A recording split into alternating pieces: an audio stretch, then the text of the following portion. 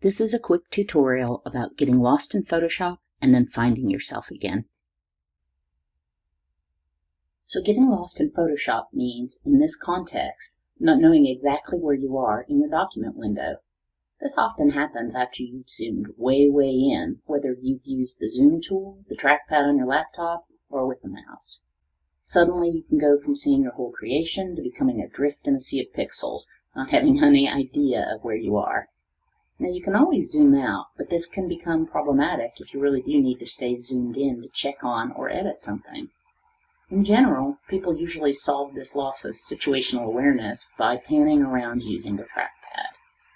Another option is to use the hand tool, which can be accessed from the tool panel by clicking H on your keyboard, or more conveniently by holding down the space bar. Sadly, some people only know how to use the scroll bar on the side and bottom of their document window.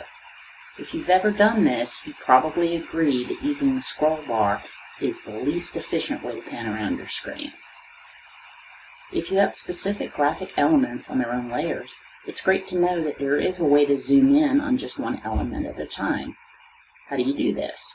Well, all you have to do is hold the Option or Alt key down and then click on that Elements layer, and presto, it fills the screen. But maybe you really just want to sort of cruise around your document while you're zoomed in, but also know exactly where you are. That's where the Navigation Panel can come in handy. Now, the Navigation Panel is not a part of the Essentials Classic workspace, so most people will have to go to the Windows drop-down menu to find it.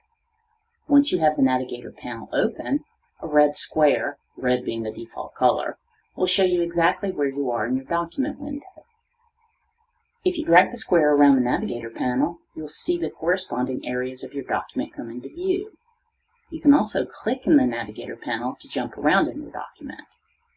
There's a slider at the bottom of the Navigator Panel that lets you zoom in and out of your document, and there are little icons at both ends of that slider, which will let you zoom in or out at preset zoom levels, including 100%. And that brings up my final tip. If a 100% zoom level is really not what you need, because it often isn't, but you would rather see your whole creation in your document window, click on the Command or Control key, then click 0 on your keyboard, and your art will fill the screen. It can be helpful to think of the 0 as a hug circling your art. Incidentally, Control or Command 1 will take you back to 100% zoom level, but filling the screen is often preferred. Now, the astute viewer will have recognized that there has always been a 100% fit screen and fill screen option at the top of my document window. That's because I'm using the zoom tool. If I was using some other tool, those options would not be evident, and so that's where having these extra keyboard shortcuts can come in handy.